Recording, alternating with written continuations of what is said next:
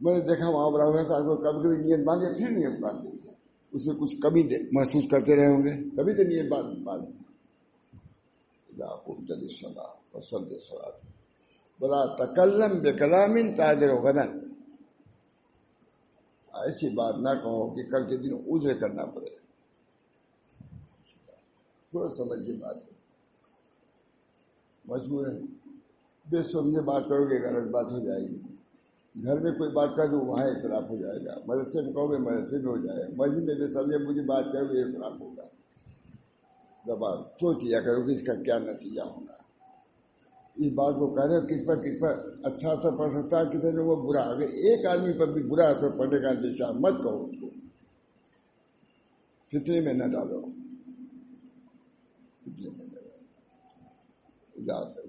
بلا تکلم بکلام تاجر و غدن، ایسی بات نہ کرو گے عذر کرنا.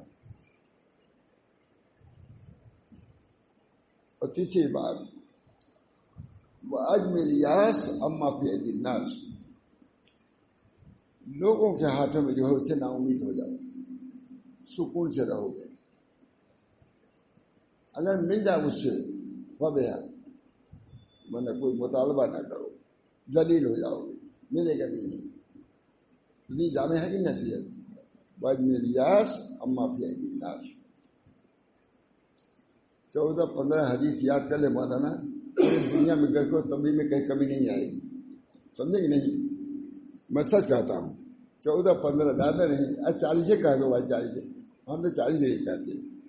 کہیں ہم 10-20 حدیثیں معلوم ہے، ہر جگہ جاتا ہوں، زیادہ انہیں اسی جن کو بیان کرتا ہوں ان کو تو کچھ پتہ ہی نہیں رہتا. مجھ کو ہے 15 یاد ہے مجھ کو، لیکن اس کو جس کو سنا رہا ہوں، چاہے کینیڈا ہو، چاہے امریکہ ہو، چاہے کیوں نہیں ہو، اس کو کیا معلوم. اس کے لیے سب نہیں ہے، یہ سب نہیں ہے. اللہ تعالیٰ ہم سب لوگوں کو دین کو سمجھنے. ہمارے حضرت بہت عمدہ بات کرتے مانا، کہا کہ بھائی زبانی بیان کرنے کے بھی پابند نہ رہو. بہت عمدہ بات ہو چاہے علماء کے لیے چاہے زبانی بیان کرنے کے بھی پابند نہ رہو. کتاب دے کے سنا دو، کیونکہ امت پیاسی ہے سننے کی. کتاب دیکھ کے سنا دیا کرو. کو سمجھا تو سینوں سے کہتا ہوں، جو بھی کہا ہم نے، بہت طویل تقریر کی ضرورت نہیں ہے. ہم لوگ نہ کر طیب صاحب ہو پائیں گے نہ ہمارا علی میاں، نہ ان کے تمہید امید تھی. کچھ نہیں، تمہید کی کوئی ضرورت نہیں. تحقیق ہو، جو کہو تحقیق سے، چاہے تمہید اس کی کمی ہو. ٹھیک کہہ رہا نا؟ یہ ہمارے سب لوگ ہیں، تو اس وجہ سے ان کے ہمارے اندر فرماتے تھے کہ آواز کے لیے ضروری نہیں کہ بیان ہی زبانی ہو. یہ لوگ کتاب سنا دو، لیکن سناؤ. لوگ سمجھتے ویسے ہی مسلم بن نہیں، ان کو بھی اصلاح کی بڑی فکر تھی. بڑے وہ تو چاہتے تھے ہر جگہ جائیں اور بیان کریں. یہاں بھی آئے، بمبئی میں آتے تھے، یہاں بھی آئے تھے. ان کی خواہش تھی کہ لوگ آئے سنیں، ہم بھی چلے، ہم کو بھی لے چلیں. آئے تھے اسولی میں، آئے بھی تھے. تو بمبئی میں 4 مہینہ رہ گئے. باقاعدہ مجلس ہوتی ہے تو لوگ پیدا ہونے پہلے چاہتے. اللہ تعالیٰ ہم سب لوگوں کو دین حق پر قائم رہنے کی توفیق دے. بہت ضرورت ہے مسئلہ. علم تحقیقی رکھو، جس سے ملو علم تحقیقی بیان کرو. اختلافی بات نہیں. اس حدیث کی کون مخالفت کر سکتا ہے؟ اور بہت سی حدیثیں چھوٹی. اتق اللہ حیث ما کنت، یہ انا اعطینا والی ہے حدیث میں. انا اعطینا کی مثال ہی میں دیتا ہوں. وہاں اتق اللہ حیث ما کنت واتبع السیئۃ الحسنۃ تمحها وخالق الناس بخلق حسن. بس یہ حدیث 3 جز کا نسخہ ہے. اتق اللہ، اللہ سے ڈرو جہاں کہیں بھی رہو. اور کوئی برائی ہو جائے بربنیا برسر، اس کو استغفر اللہ کر لو، ختم. بہت زیادہ جانے کی جانچ ہوتا ہے، کہیں ضرورت نہیں ہے. اللہ فرشتے موجود ہیں. جب یہ لکھنے لگتا ہے تو بہت تیز لکھنے ہے، بائیں والا دانا فل ہوتا ہے. کیوں اتنی جلدی کرتے ہو؟ کر رہے تھا میں لکھنا بھی ہوتا ہے، توبہ کر لیں. اگر اسے کیا استغفر اللہ بجانے کی لکھے کوئی شک نہیں لکھے. سب لکھنے پڑھنے کا سوال یہ بھی ہے، کیونکہ یہاں کے لوگ لکھنے پڑھنے لکھا ہے. شاہ عبدالعزیز صاحب نے کہ اللہ تعالیٰ کو سب لکھنے، انہیں کیا ضرورت تھی کہ مقرر کیا ہے. کہا چونکہ یہاں کی طبیعت لکھنے پڑھنے والی ہے، اس بنا پر اس بات کو سمجھانے کے لیے کر دیا کہ تمہارے اوپر فرشتے ہیں جو لکھتے ہیں، تاکہ اس کا استحضار ہو، لکھنے کے کام وہاں بھی جاری ہے۔ دیکھیے اب کوئی بات کسی نے کچھ کہا ہے کہ نہیں، زمانے میں دیکھ لیجیے، کوئی زبان نکالنا وہ بھی محفوظ، دوسروں کے کاپیوں میں محفوظ۔ اس طرح پر بہت احتیاط کے لیے کہنے سننے کی ضرورت ہے، لکھنے پڑھنے کی بھی بہت احتیاط سے ضرورت ہے۔ اللہ ہم سب لوگوں کو توفیق دے۔ اتق اللہ زبان کر وَأَتْبِعِ السَّيِّئَةَ الْحَسَنَةَ تَمْحُهَا، وہ لوگوں کے ساتھ اچھا معاملہ کرو، گناہ ہو جائے توبہ کر لو، وہ خالق الناس بخلق، لوگوں کے ساتھ اچھا معاملہ کرو، تب کمال پیدا ہوگا، ان سے حقوق اللہ ادا ہوگا۔ پہلے تو ایسے حقوق العبادت، یہ دونوں حقوق کو ادا کرتا ہے وہی کیا ہے، صالح، اور صالح سرجم مل جائے گا۔ بس دعا کیجیے، مختصر سی بات ہے، مختصر کا تھوڑا سا طویل بھی ہو گئی، دعا کیجیے اللہ تعالیٰ سے، اللہ تعالیٰ ہم سب لوگوں کو چھوٹی چھوٹی حدیثوں کو یاد رکھنے کی بھی توفیق دے اور عمل کرنے کی بھی توفیق دے۔